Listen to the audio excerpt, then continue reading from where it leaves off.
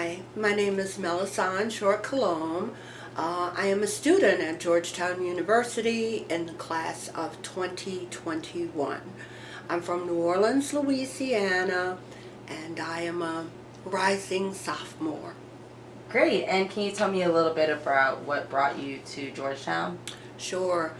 I came to Georgetown or made the initial application and was then accepted to Georgetown because of the university's position as recommended by the working group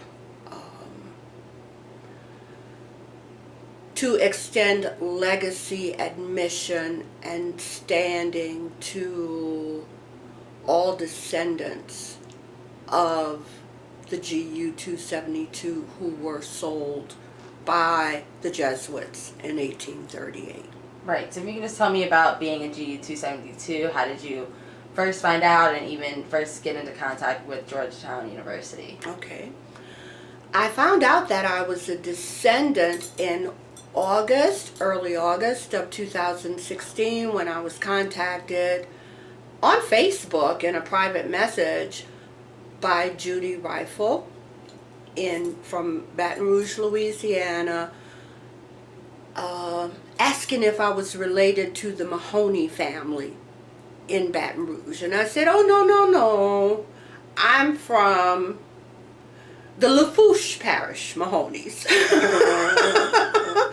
And my grandmother never told me anything about anybody in Baton Rouge. And then I gave her my pedigree as given to me from my grandmother. I call them the Begets because I grew up actually hearing about these people all the way back to Mary Ellen Queen and Abraham Mahoney, who were teenagers, young adults, sold with their parents in 1838, who were my 4 times great-grandparents on both sides.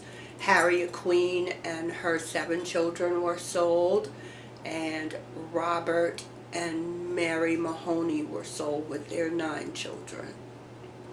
So I knew who the families were, and I knew where we came from. Originally, we came from Maryland, Baltimore, in this area. What I did not know was about the sale by the Jesuits.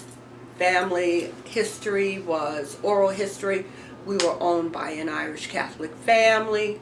The family was freed prior to the Civil War, but it never connected for me that we were in Louisiana. Obviously, family had been enslaved, but we were free people in Maryland.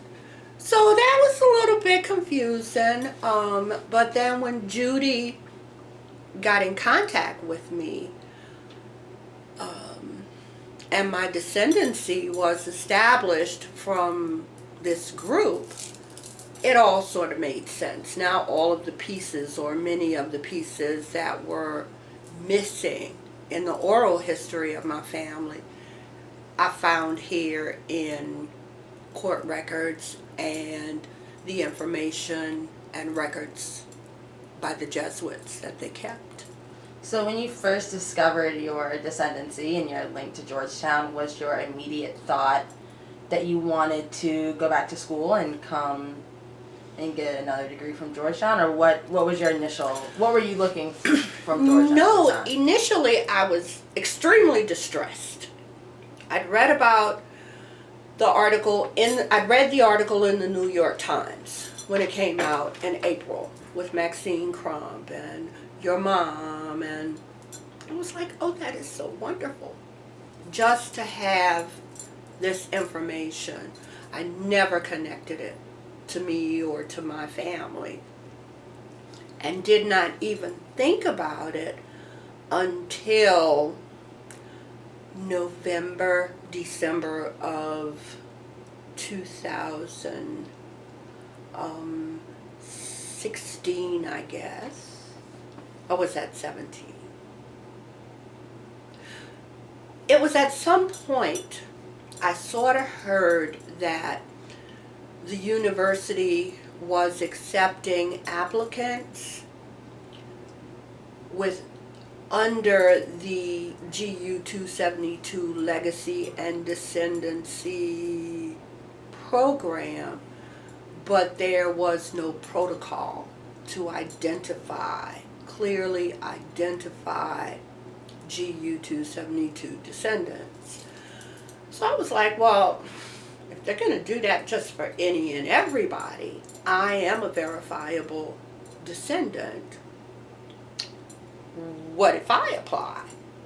And the what if I apply was sort of thrown out just in conversation, and the response to that was you should apply. So I made an application, and then I started writing my essays and gathering my transcripts and going through doing my taxes and doing all of those things that I would do for myself that I would do if my child were making the same decision. Then we came up here in April of 2017 so it must have been 2016. So we came in April of 2017 for the rededication of the buildings. I met with the deans, talked to all of the people that I needed to talk to, and then I just waited. Of students who were Georgetown College in 1838. Yeah. They were little. When I went out to Georgetown Prep and I was touring the campus with the kids and the headmaster of the school, I was like, you know what? I should have come back to high school. I love that. You are Erica Badu's family. I'm assuming.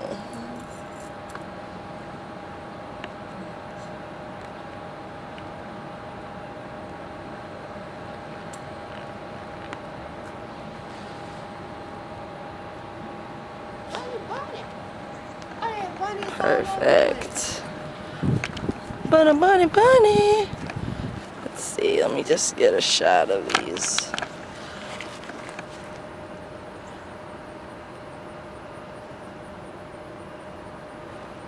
Okay. Let me just get a shot of the whole thing. Sorry, dead people.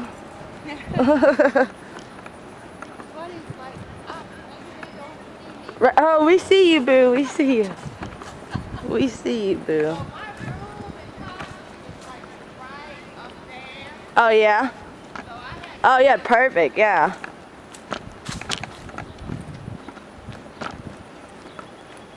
I wonder how it's organized. There's probably a record on somebody.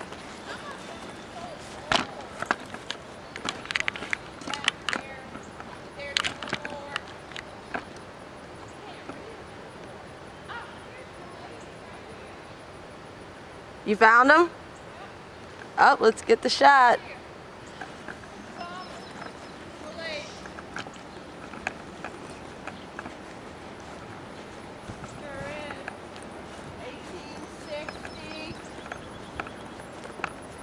July 20th. Yep. Just happened to come across them saying, oh, because I was looking at this one and you can't hardly read it. Yeah, there he is. Let's see.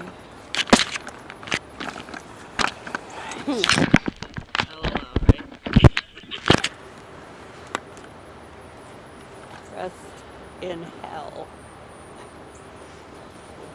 All right, so if you want to stand next to his grave and tell me a little bit about, if you give me 1 second. And let me,